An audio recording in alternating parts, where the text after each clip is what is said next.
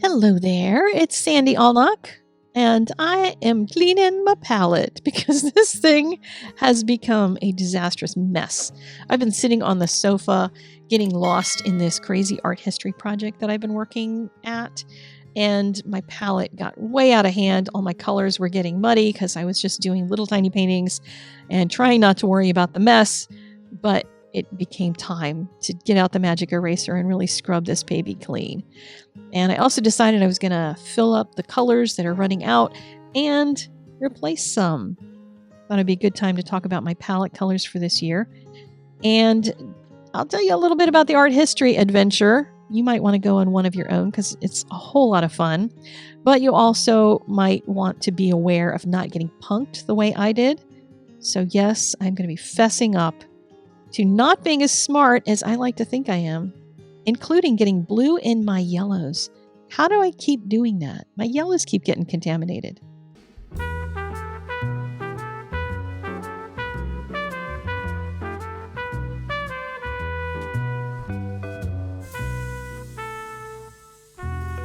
So the palette revisions you're going to see happened after the experiment you're going to see later in this video, just so you know. First, I'm going to show you how I take a color out. These are not pans that you can just remove. They're wells. And if you have a palette that has wells and you need to remove a color, you can, of course, wait until you use it all up or just wet it. So I've put water into each one of these, just sprayed some, let it sit for a while so that it would be a little more pliable, and then used a pair of pliers to try to get underneath of it and then be able to lift the whole block of paint out, put it in a plastic baggie, and label it so you know what color it is. And that is Indian Yellow, which is being replaced by Aussie Red Gold. Indian Yellow has some properties like nickel azo has, and I thought I would use it because I don't like nickel azo as a color, and I like Indian Yellow as a color, and to get those properties would be good, but I haven't really used it very much, so I'm saying goodbye to it. That one is Lunar Blue, which I use in some very specific circumstances because it's got some things it does that I don't tend to use when I go out plein air painting. And I want to do a lot more plein air. So I was thinking about that as I was doing some palette revisions here and filling up my existing colors, etc. So here's what I'm using this year, or at least for the first half of this year. So my two yellows are Hansa and New Gamboge, as always, and Aussie Red Gold. You can see how beautiful that color is. I mix it often with my yellows and my reds, and I'm just going to go back to the tried and true. It used to be in my palette ages ago. Yellow Ochre, a staple for me. Got to have that one.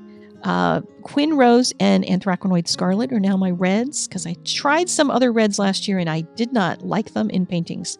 And when I added the Anthraquinoid Scarlet, I decided to also add Imperial Purple because this color, when you add greens to it, turns into a brown in a shadow situation. And with a purple, it tends to give me more options for which kind of shadow that I want on an object that is Anthraquinoid Scarlet. So now I have a purple. Next up is Transparent Red Oxide, which I use instead of Burnt Sienna. Burnt Sienna is fine. I just find this one has a little more life in it. And then the two main blues that I have are French Ultramarine, which has been around a while in my palette, and Verditer, which I added last year. I do love it. These are both heavily granulating, and I'm trying to decide if I need a non-granulating. One of the other colors that snuck its way in last summer in the changes was Iridescent Electric Blue, because I missed that color. I used to have it in my palette, and now it's back. Cascade Green, a staple in the Pacific Northwest, along with Sap Green. And this one, the Chromium Green Oxide, I got because it is fully opaque. And I was like, I'm going to need that. And I haven't really used it, so I'm going to do some experiments. I'm going to hold my breath on this one and see how it does this summer. Next up is Ultramarine Turquoise, which when you mix this color with a Hansa yellow light, it is the most gorgeous spring green. I absolutely love it. And then there's my Prussian Blue that I've switched to. I switched to this one instead of a phthalo because just something about phthalos drive me crazy, and I want to experiment with something that has more punch to it. But I thought maybe Prussian would be a good choice here. So we'll see. I'm going to hold my breath on that one too. And it does get nice and dark, and I do like that about it too. Paynes Blue Gray has been here for a long time. It's often mixed with a lot of other things, but I want to see if I'm going to start mixing my darks in a different way due to some experiments that I'm doing. And then Moonglow is another one that I don't use very often out there painting, but I just can't say goodbye to it because I just love that, especially in combination with some yellow ochre. So let's get to my little crazy project, an art history side trip. I studied art history in college, but only really enough to identify who painted what, but I didn't understand their lives very much. And I'll talk a little bit about how that has had an impact on me recently. I did sit down and do some sketches while I was watching some YouTube documentaries on artists and decided that it would be fun to just sketch out some of them. I'm not going for accuracy in the layout of the painting or the colors or anything. I just wanted to cement in my brain, almost note-taking fashion, what kind of colors that I was seeing to see what would that look like if I painted the grasses with more of those kind of colors. And it was just kind of an interesting experiment. Now, this one is a little bit of a problem. The painting that I created this bottom one from is on the left there, and it is not actually a Monet. The one on the top is the correct color. Let me interrupt my video with an explanation of how I got punked twice in one sketch spread. I was watching the documentary on one device, and on the other device, I had it open to a search window on Google for paintings by Claude Monet.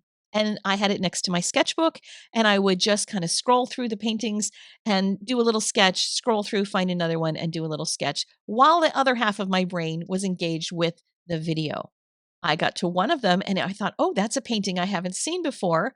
And I sketched it, and it turned out to be a painting by another artist who was trying to learn how to paint in the style of Claude Monet. Yeah, that was just a mistake that I made by not clicking through and reading anything about it. I just assumed it was giving me all Claude Monet paintings. The second one is more dangerous, and this is where I want to just make everybody aware. It's really easy to get punked by this. I knew the painting. I had seen it in the video, and I wanted to include it in my sketchbook. So I Googled for the name of that painting. And all the results at the top of the page were this brightly colored one. And I was like, oh, look at all that color. And I just started painting. When I went to pull these photos to put in this video was when I went back to that search page and I found out that one is AI. It's an AI replica. The layout of the cliff and the people, it's all different. It was done by AI. This is not a real painting sold on Amazon. So be careful out there if you're trying to use references off the internet. Now, I return you to the video. So the notes that I was taking, these visual notes, are to get it into my head what I was seeing in his paintings. I was noticing that there were blues and purples, not just in the grasses, but in the trees.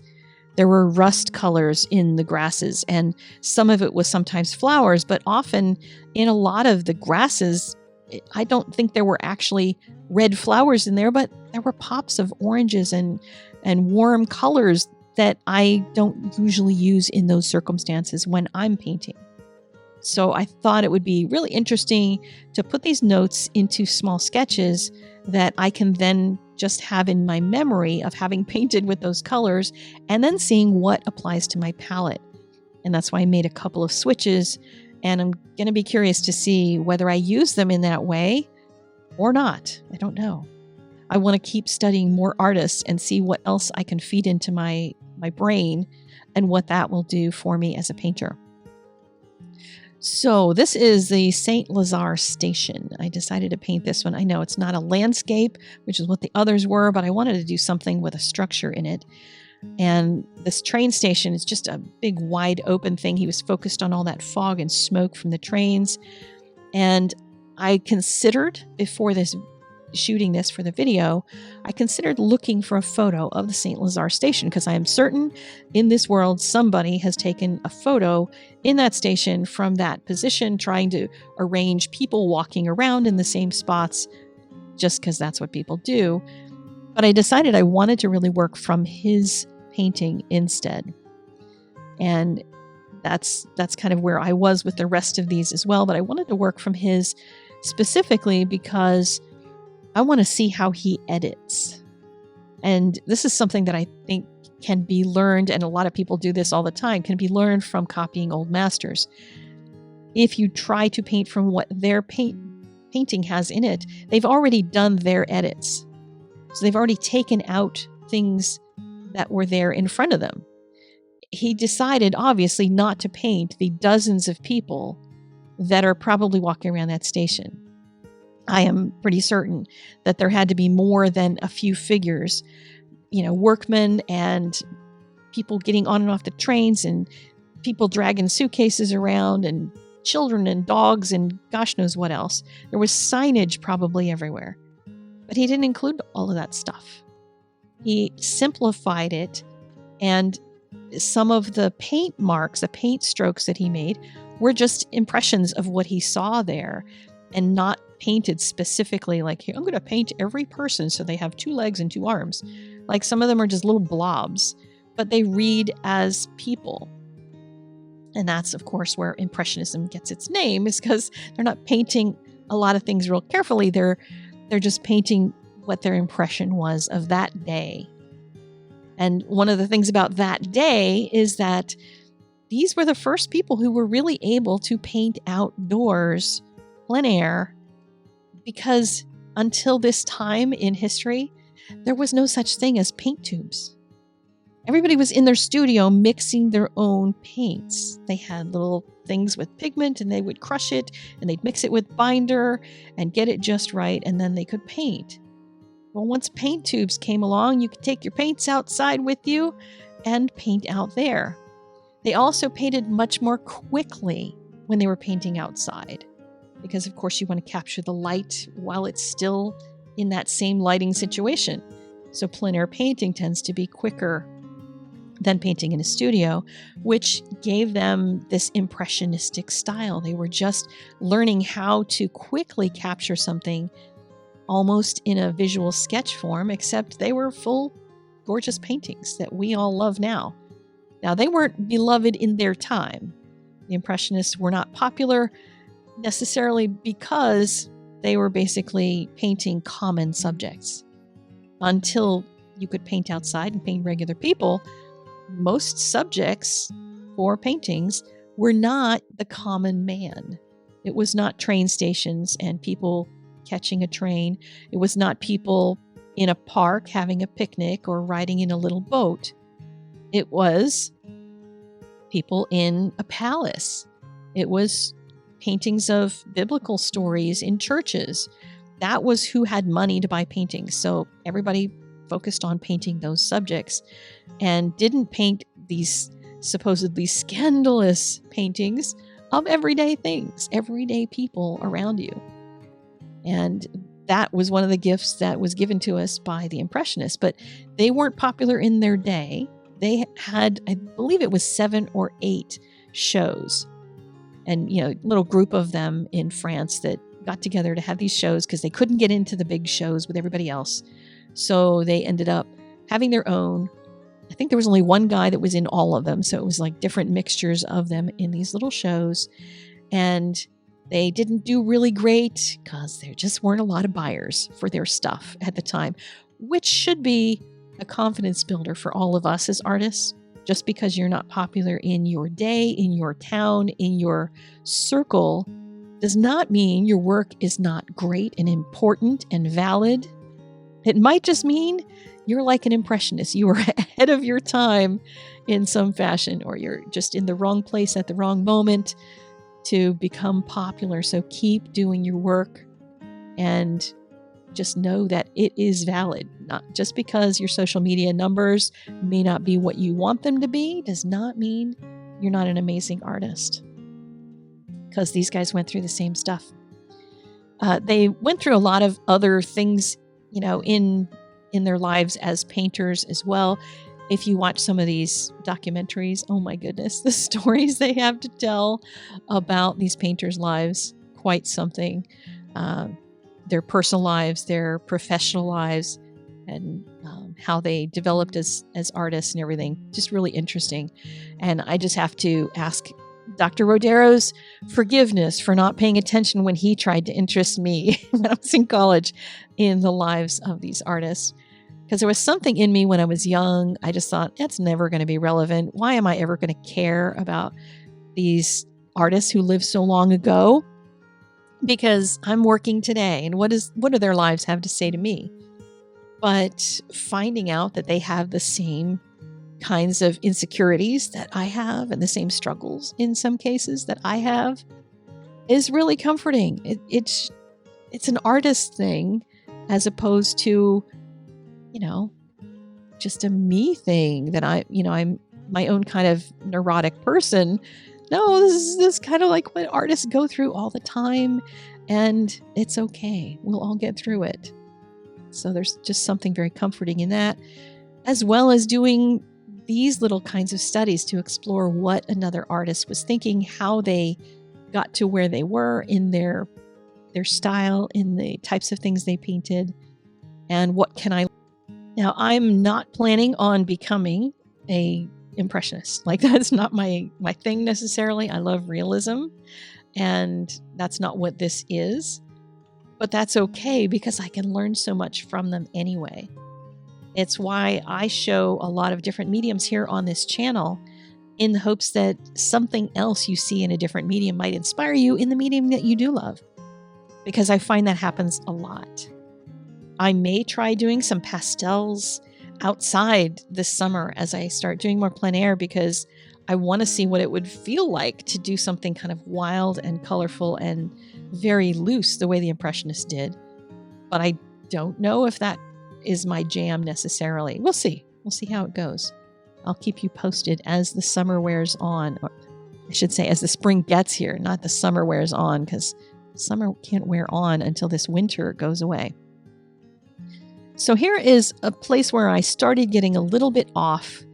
If I were to keep all of this feeling very pale colored, these darks that I'm setting in here now are a little extra dark, and I will do some things I'll show you to lighten them, and you can do that with your own watercolors if you kind of go in with a little too much oomph, too much excitement to get to those darks. Because with watercolor, you put down the light colors first and build up on top of them. In the oil paints, they can just kind of go from any direction they want, just keep putting more paint on top of something that didn't go right. So my process for watercolor has to be completely different than what the Impressionists did. So if you're wondering like why I chose to do this in watercolor instead of, sketching in oils, well, it's because watercolor is my favorite medium. So there's that. A couple things that have happened in this sketch that I didn't really realize until I watched the footage and stuff as I got the video finished was that a lot of things in here are a little on the crooked side because I was painting at an angle. It was just a quick sketch I was doing, so I wasn't really setting myself up with my desk up at an angle like I often will do. And my little people are all leaning sideways. And sometimes that happens if you find that your sketches kind of have a skew to them. Then change the angle that you're working at so that you're actually looking at things a little straighter on, because that will help. But for sketchbook stuff, I don't sweat it too much. Now, before I forget to mention it, this coming Saturday, January 25th, 2025, I'm going to be hosting an open studio, and I'm going to do it a little differently this time, and I'm going to try this throughout this year if people are interested, which is to make it more of an educational thing instead of just a let's get together and hang out and make things thing. And we get together on Zoom, and it's scheduled for 2 hours, but you don't have to come for the full 2 hours. You can come for whatever portion you want. But this time, I'm going to be doing some critiques of student work.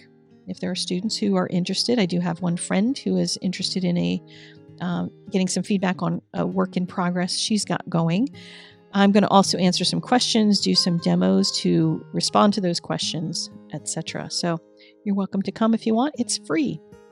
So the repairs that I mentioned I would be doing, one is for the crookedness of the people, and the other is for the darkness of my darks that I popped in here. My overall painting is of a light enough value that that dark shouldn't have been that dark. It's just too much. So I'm painting water into the areas that I want to lighten and then lifting it with a tissue or a baby wipe to remove some of it, because the overall contrast is just too much for this. There's much less of that super pop of contrast in Monet's, and I didn't want to leave this with quite so much darkness to it. Debated whether to go put in more washes for all of it to try to darken the whole thing, and then realized, this is a sketch. This is just not trying to be a finished painting, so I'm going to just be satisfied with where it's at, aside from a little bit of fussing. So if you are interested in watching some art history videos, I'll link a couple that I found, a few channels that do a good job of it and tell good stories. Some of them you might find that those professorial voices are really good for falling asleep to at night. So I'll let you watch them as you wish. If you have an artist that you're going to go look up here on the YouTubes, see if there's a documentary about them, let me know in a comment who that's going to be. I'd be curious to see who you would go and search. And we'll see if they're in my sketchbook elsewhere, because I've been doing this with a number of artists to create little sketch spreads of them. And I'll do a flip through at some point. If you want to see that someday when the book is done, subscribe so you don't miss out. And you can also let me know if you've ever been punked. Did you ever find a reference that you suddenly realized was not for real? I'd like to know if I'm the only one, or have you been punked? Open Studio Saturday. I will see you there. Go RSVP using the link in the doobly-doo.